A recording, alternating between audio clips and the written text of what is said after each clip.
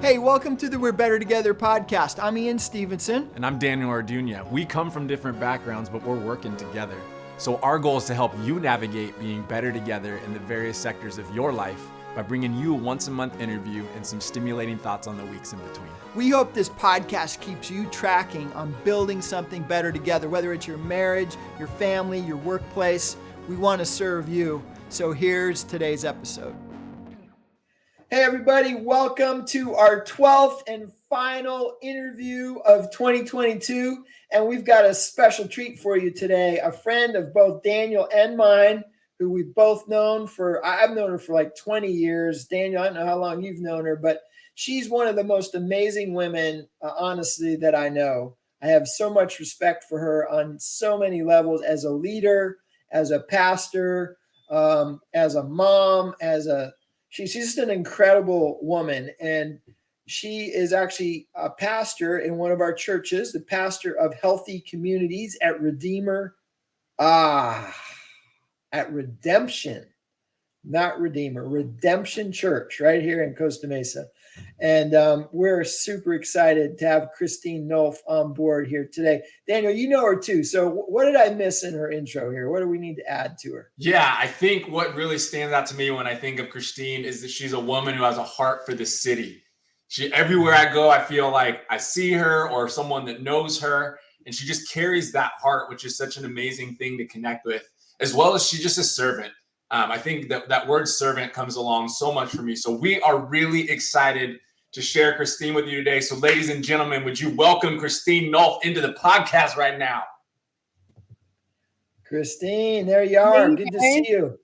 Great to see you. You're so kind. Thank you for that really wonderful introduction. Absolutely. Christine, I know we got to intro you, but to help our listeners just get a little bit more background with you, can you let them know just a little bit about yourself? Where'd you grow up? What does family look like for you? And what are a couple of your passions? Yeah, sure. Those are all pretty tied together for me. I am passionate about Costa Mesa, which is where I was born and raised. I was born at Hoag Hospital, went to Estancia High School.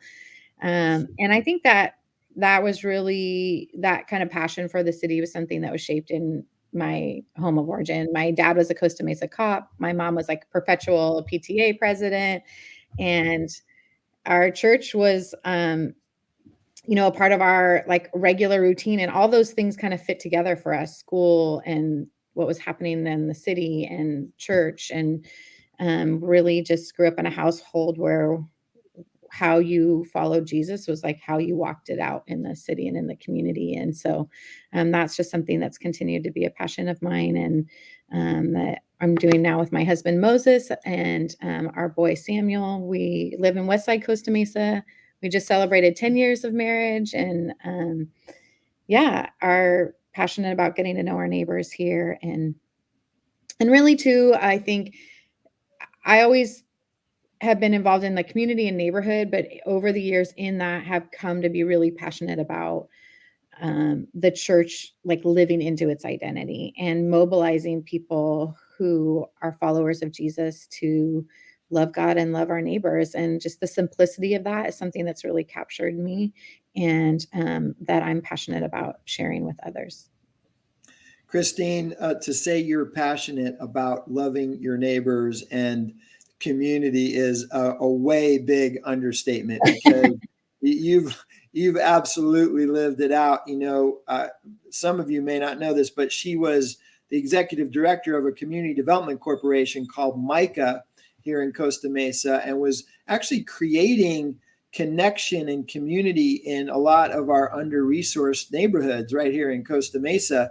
And just watching you do that, it's inspired so many other people to live into that and do the same. It's inspired me. I know it's inspired people I know in similar ways, but even just watching you fight for unity with your family, in your marriage, as a leader in your church, where you've gone through tough things. All churches, all families, they go through hard things, but you have fought for unity at all of these, and you've had such great success. So we're, as we close out this year with these interviews, we wanted someone who's really done it on all different levels and fought for it.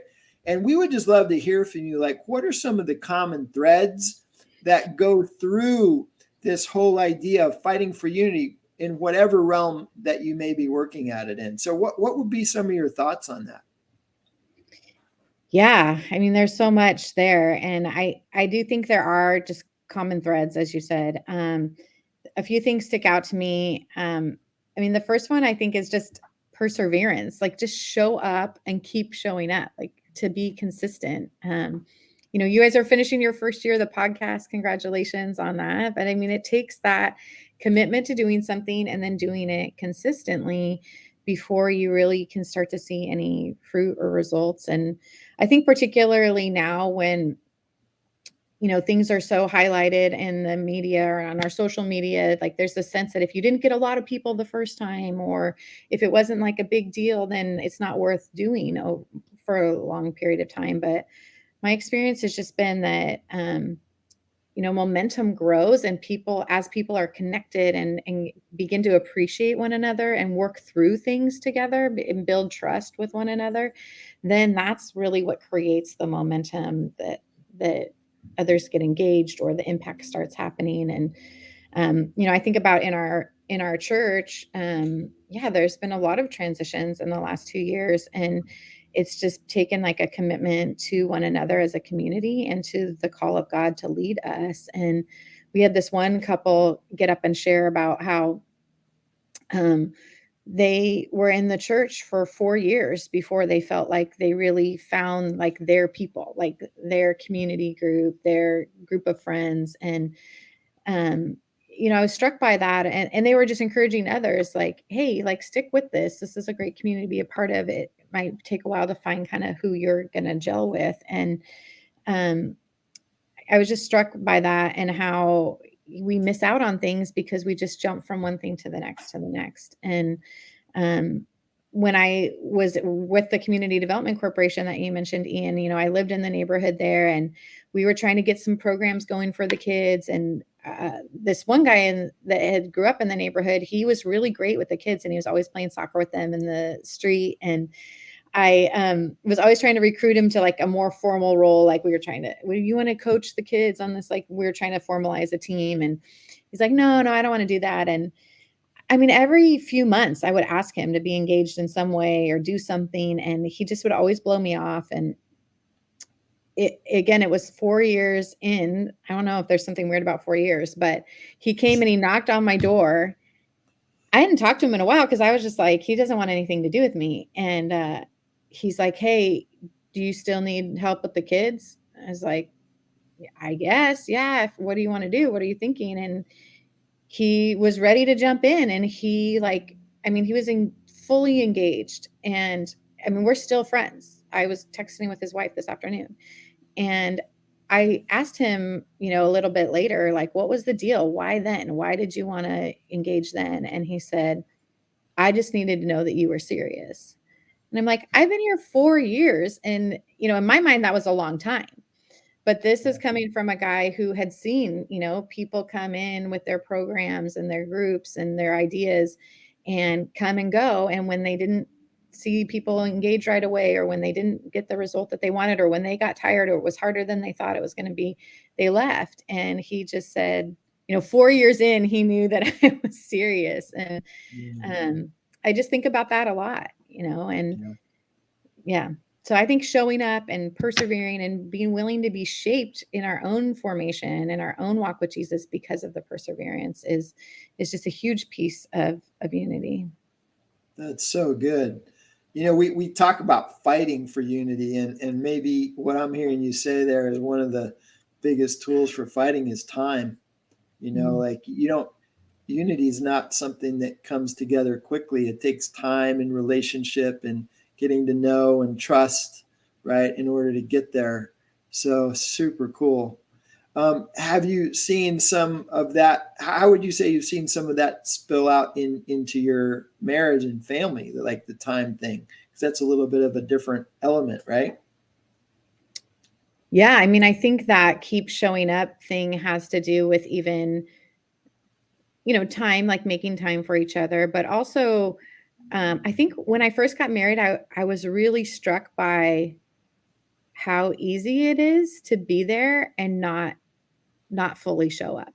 Like, Mm, pretty quickly on, I was like, "Oh, I can totally see how people just become roommates." Like, you mhm. have to choose to share what's going on in your head or what's going on in your mind or what's going on in your and, like, I mean, there just goes times where I realize, like, I'll be sharing something with a friend or something will come up when I'm talking to my mom, and I'll realize, "I haven't talked to Moses about this, like, I haven't shared this with him," and it's just like, I think that constantly choosing to show up as yourself, like choosing to show up with all of that you bring. I would say that I think that's how showing up has I've had to fight for it in my marriage, and particularly when I didn't want to rock the boat. Like that doesn't tend to necessarily be my problem. I tend to be the one who's like a little more confrontational in our household, but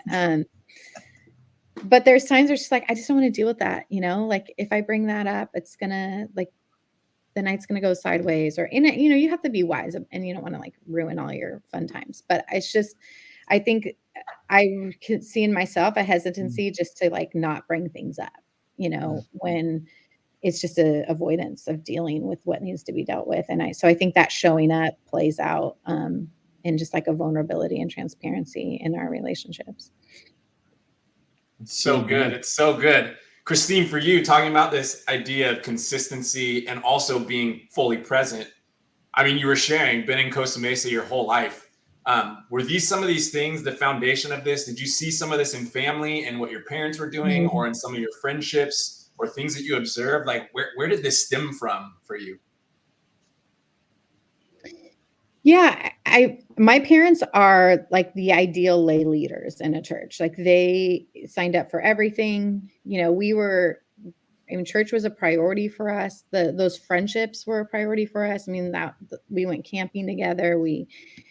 That was our community. And so I think, I mean, my parents still go to the church that they started attending the Sunday after they got married. So, I mean, I think, yeah, I guess I did learn that from 52 years of marriage and of being part of Mesa Church. Um, and they've served, they were committed. They poured themselves into the church Mhm. financially, relationally, with their gifts and talents. So yeah, I think that was modeled for me in really vivid ways, for sure. My parents are, yeah, amazing examples of care and love and commitment. And then I think there were some mentors early on in Christian community development that I'm really grateful spoke into my life. Like I remember being at this conference. Ian and I had gone to it before. Christian Community Development Association was like a really important network for me around learning what it means to be committed to community and how to do work with neighbors and how to create spaces of unity. And one of the founders of that movement, Wayne Gordon, I remember him saying, unless you're willing to give 10 to 15 years to this, don't even start.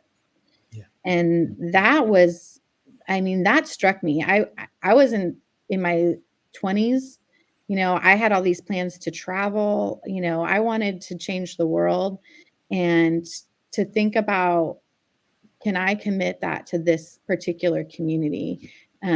Was really something I had to consider. And I'm really grateful for that. And later, as I got to know him, he even said to me, it doesn't even get fun for 15 years. And I think now, like, even when Ian said we've known each other 20 years, I'm like, oh, yeah, like that's true. Like, it's getting fun now. Like, now those relationships are built. Now that trust is there. You can move around the community and get things done so much more quickly. I mean, we were grinding it out 20 years ago.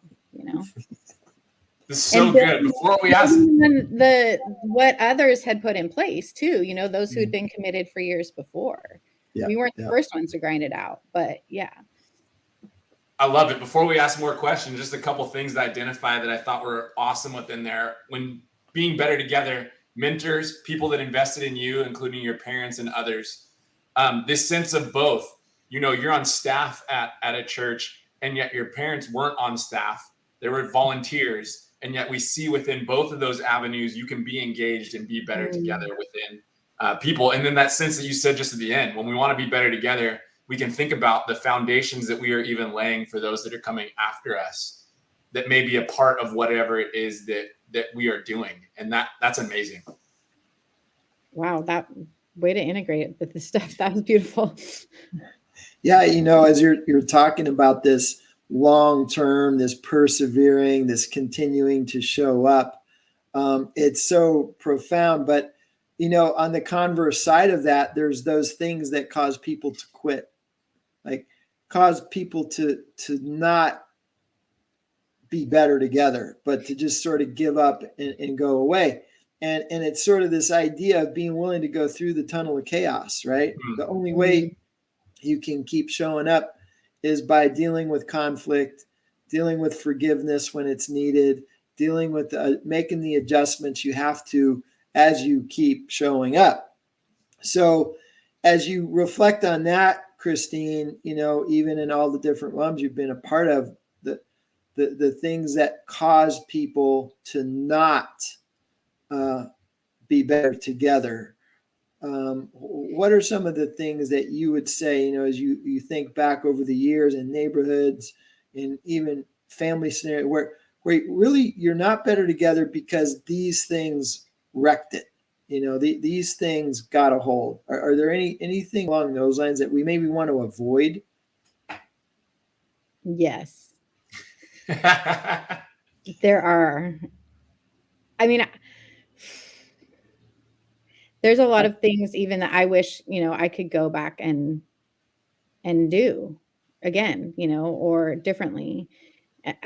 There's two big ones that come to mind as you ask that question. One you mentioned, and it's just avoiding conflict. I think just leaving and not leaving being like leaving the group, leaving the whatever leaving might look like. But just not working through the relationship issues, and I just didn't have a lot of tools for that when I first started. And it's something that I'm just continually having to be shaped in and learn.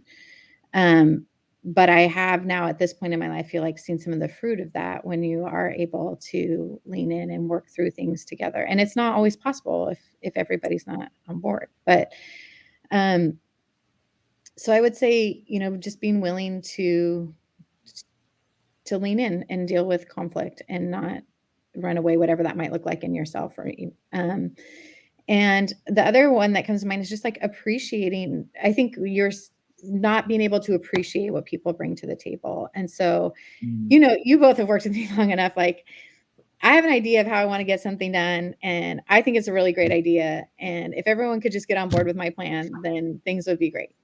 And of course, I think that, I've really worked hard at learning to see and been shaped by, like you said, Daniel, mentors and other people to see and appreciate what everyone brings to the table, and really come to believe that we are better together, that this isn't just a trick to get people on to my agenda, but that there really is a fullness and a flourishing that can happen when we each bring our pieces and our gifts and our skills to the table. And so I think just not being able to recognize that, and there are difficult people.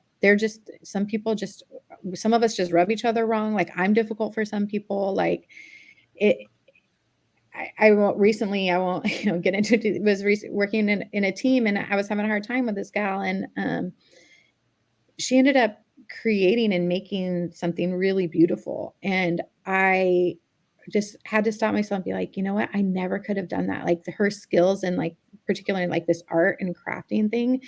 And so every time now I'm in a meeting with her, I get frustrated. I think, you know what? She brings that to the table, and it's like just even internally being able to appreciate people and call out what is working, without pulling back from what I bring either, and still saying yes. And like, we need to work on this thing, like that doesn't mean that because she's good at that, she can like control the whole deal, And so I think just that being able to appreciate what each other bring to the table and see that in each other, and focus on that, and then deal with the conflicts as they come up, are two big things that come to mind as you ask that.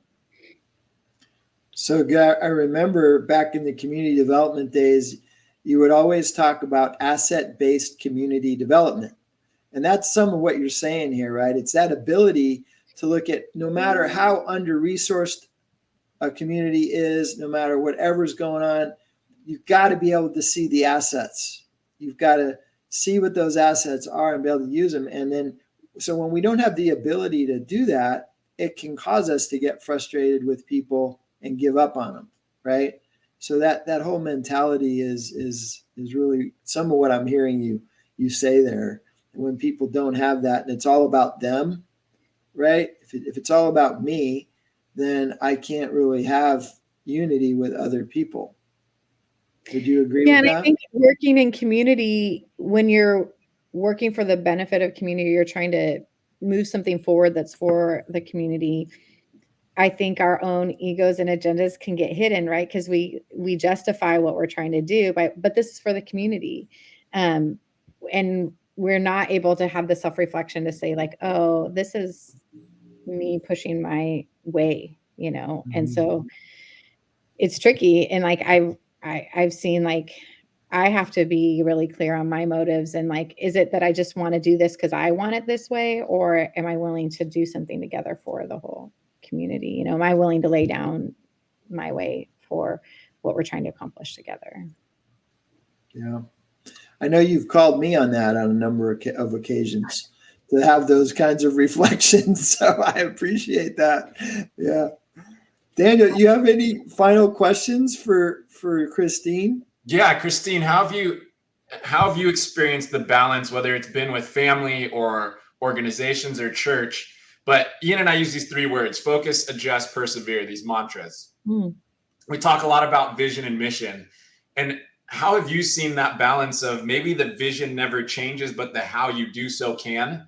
Like how have Yeah. you navigated that or seen that in being better together, where there's certain things that, like, hey, maybe it's the vision is we're never doing anything alone, and that's not going to change. But how have you balanced that with how maybe the how can shift to the different personalities of people that come together? Yeah, it's such a great question.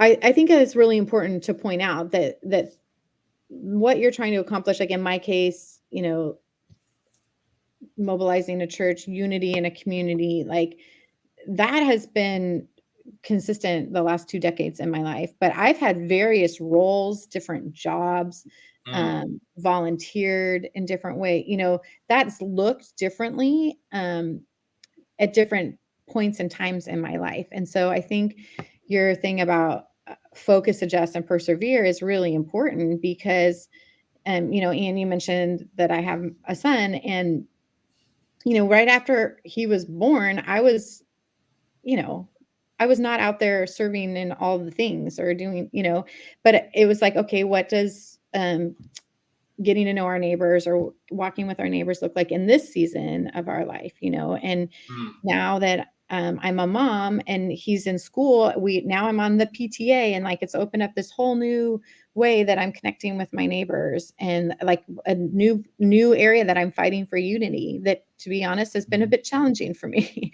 Yeah. um, and but I think that what yeah, I guess it's just what you said, like you can't focus on all the things all the time. So discerning in any season, what am I focusing on toward that same end? Um, mm, and then what do I adjust? Like, you know, like I had to adjust when I wasn't working in community development anymore, but I still cared about getting to know my neighbors, you know. That was a Yeah. huge adjustment for me.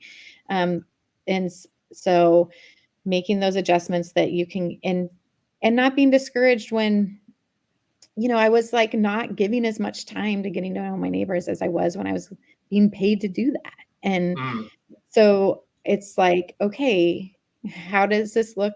How does this look for people who are passionate but don't have the luxury of being paid to do it, you know? And so I think then coming to that perseverance, like you mentioned, is just sticking with it, whatever it might look like in this season, and I've had to realize, like, that again, this is a long haul thing. I'm not gonna mm. make all the changes all at once, and God is working when you can't even see it. I mean, that's some of the beauty of being this far in, like 20 years in now, is like, oh, stuff's just like happening. It's like, oh, wow, that's amazing that God did that. I never saw that coming, you know. Maybe I was like a part of it for like a year or something, but like it was just God was at work. The Spirit of God is doing stuff whether I'm engaged or not. So good. It's so good. As we kind of wrap this up, Christine, as you think about this conversation, or you just think about all of the experiences in your life with the heart you have for being better together, what's the one thing that you would love to leave our listeners with to really grab a hold of in terms of being better together? One word. I mean, I'll just say what my mom always says. She would say, "Go for it. Just keep at it. Don't be discouraged. It is discouraging sometimes, but just keep Hmm. at it. Keep showing up. Um, don't grow weary in doing good." Hmm. Yeah, that's so good, Christine. You are such. We're both big fans of yours, and we're so grateful for you taking the time to come on and just share with our listeners. And if anyone wanted to follow up with you, how can they get a hold of you? Is there Yeah, a way, an email? sure. My email's Christine with CH at redemptionchurch.org. You could contact me through our website, redemptionchurch.org. It's probably the best way. Yeah, happy to sit down, happy to talk, and super grateful to be with you guys. This has been really fun. The feeling of admiration is very mutual. I really am grateful how we've been able to do all of this together over these decades. Decades now. That's right. It's a little scary to talk about decades, isn't it? It's exciting Yeah. though. Well, hey, thank you so very much for taking the time. And we hope you have a great Christmas and New Year's with your family. You know, so many times during the holidays, fighting for that unity can be a little challenging with families and stuff, figuring out schedules and everything else. So we hope that goes well for you and that your church community continues to grow and develop in this way, that you continue reaching your neighbors and creating unity in your neighborhood. Just thank you for all you do. And we hope you have a great day. Thank you. Merry Christmas. Thanks, guys. All Thank you right. so much, Christine. Bye. So good, brother. What an interview. What an interview. And I think as we close this out with our takeaways, as we often do, I think one thing that stuck out to me specifically is I think about these interviews, and we tend to be interviewing people that are leaders themselves and leading out. Yet I love this. Christine shared about her parents not being paid for the volunteer work that they were doing, and yet they modeled so well for her what consistency and engagement with community and being better together look like. And I want to speak that out to our listeners as well, that if you're listening and you're not maybe in that leadership or paid or that highest position, you still have a massive role that's just as important as anyone else that's involved. What about for Yeah. you, Ian? Well, what I want to highlight, you know, and I think it's very appropriate that it is number 12, the last one of the year. And that the point that Christine really led off with and emphasized was just keep showing up. In other words, persevere, stay at it. You know, we're wrapping up this year of podcasts. We've heard so much about humility, about dealing with conflict, about everything. And it's just about persevering, continuing to show up, then regaining your focus and making the adjustments you have. You know, I think as we wrap up this year of podcasts and people are heading into the holidays, probably right now, I hope that they fight for it during the holidays. They do all they can to help bring a more united family front, business front, community front. Look for those ways to fight. And we know that it's been a real privilege for us, for any of you that have listened and are continuing to listen at whatever level. Thank you for letting us share with you. And we hope that this stuff has been helpful. Thank you so Daniel, much. Continue to check in with us every Monday and get and just soak in the content that's coming. If you think that this interview would speak anything to anyone in your life, please feel free to share it with them as we just continue this journey together on being better together. have a great holiday season, everyone. Thank you so much. Hey, thanks so much for tuning in today. If there's anything you heard today that was helpful to you, that you think might be helpful to somebody else, please like, subscribe, and share this podcast so we can help others be better together as well.